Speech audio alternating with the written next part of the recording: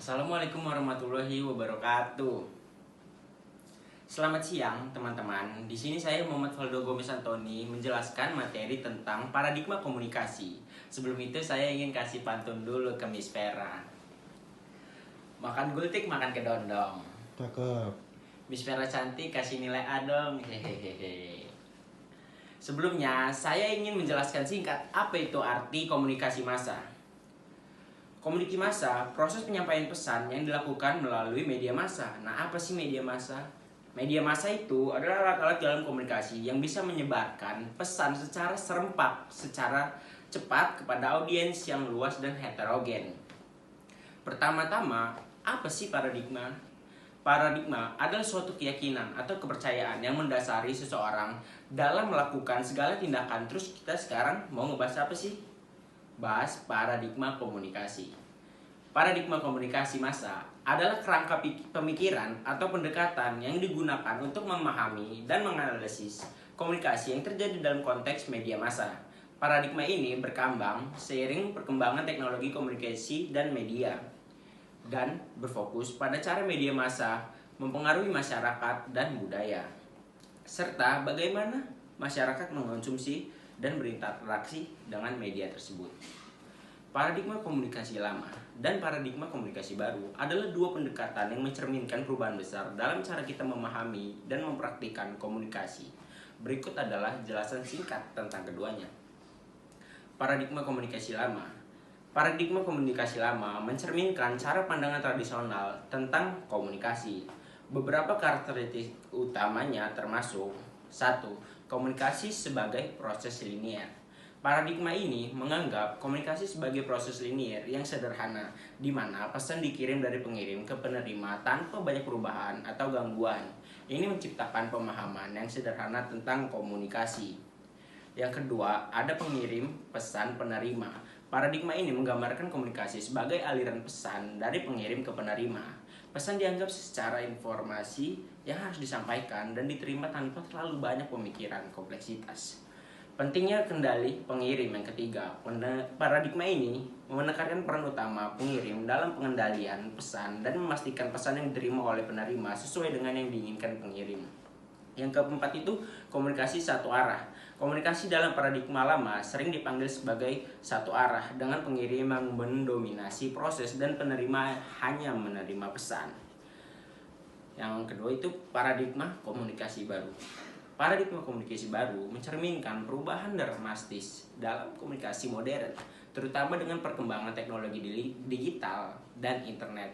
Beberapa karakteristik utamanya adalah komunikasi interaktif, yang pertama, yang kedua partisipasi permisah, yang ketiga dunia digital dan sosial media, yang keempat multi perspektif dan keanekaragaman konten, yang kelima kecepatan dan keterbukaan, yang keenam keterlibatan dan partisipasi masyarakat. Itu yang terakhir.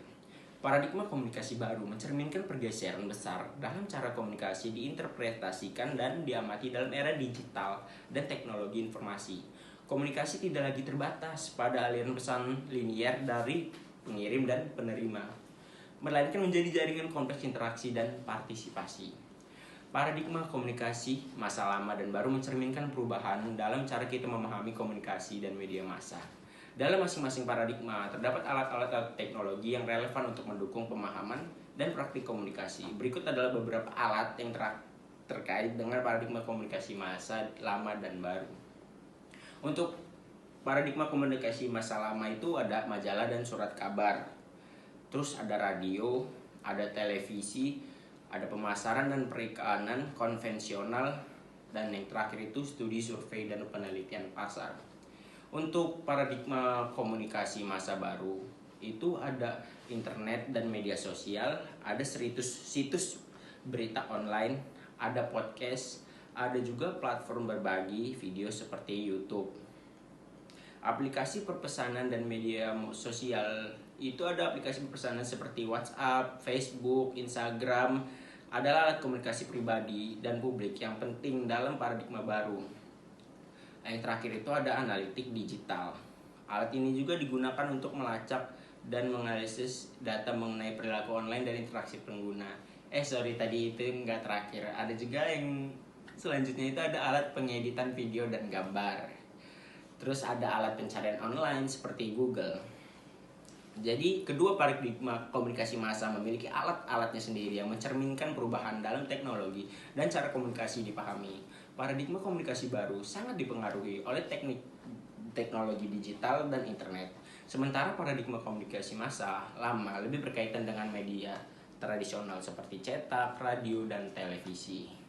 Kesimpulan yang terakhir, perkembangan media massa dari paradigma komunikasi lama ke paradigma komunikasi baru telah menghasilkan sejumlah perubahan signifikan dalam cara kita memahami, mengakses, dan berpartisipasi dalam komunikasi dan informasi.